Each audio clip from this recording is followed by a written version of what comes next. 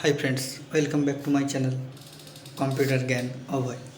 তো আজকে আমি তোমাদের শেখাবো মাইক্রোসফট এক্সেলে কীভাবে কোনো লোনের ইএমআই ক্যালকুলেশন বার করবে কী করে। তো বেশি কথা না বাড়িয়ে চলো শুরু করা যাক। Let's start. প্রথমে আমরা কী করব, ধরো আমরা দুটো ঘর সিলেক্ট করে নিচ্ছি, এবারে মার্জ সেল। এবারে এখানে লেখাবো কি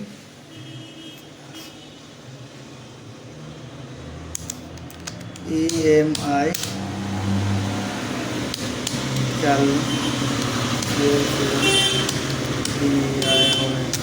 ক্যালকুলেশন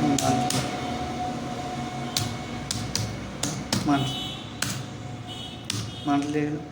তো এটাকে আমি অটোফিট কলাম করে নিচ্ছি।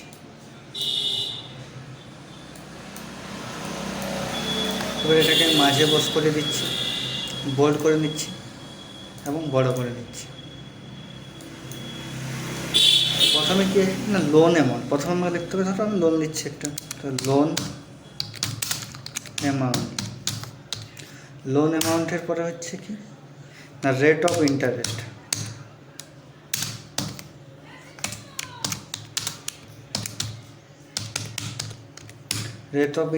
এবার হচ্ছে ডিউরেশন,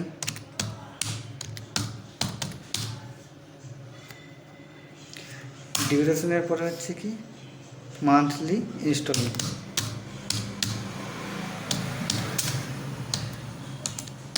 INSTALL মান্থলি শো। ধরো আমি লোন নিচ্ছি সাপোজ ৭৫,০০০ টাকা। কত বছরের জন্য রেট অফ ইন্টারেস্ট ধরো আমার কাটছে 7%, শিফট দেবে 5%। ডিউরেশন আমি নিচ্ছি 3 বছরের জন্য, তাহলে মান্থলি আমাকে ইনস্টলমেন্ট কত দিতে হবে।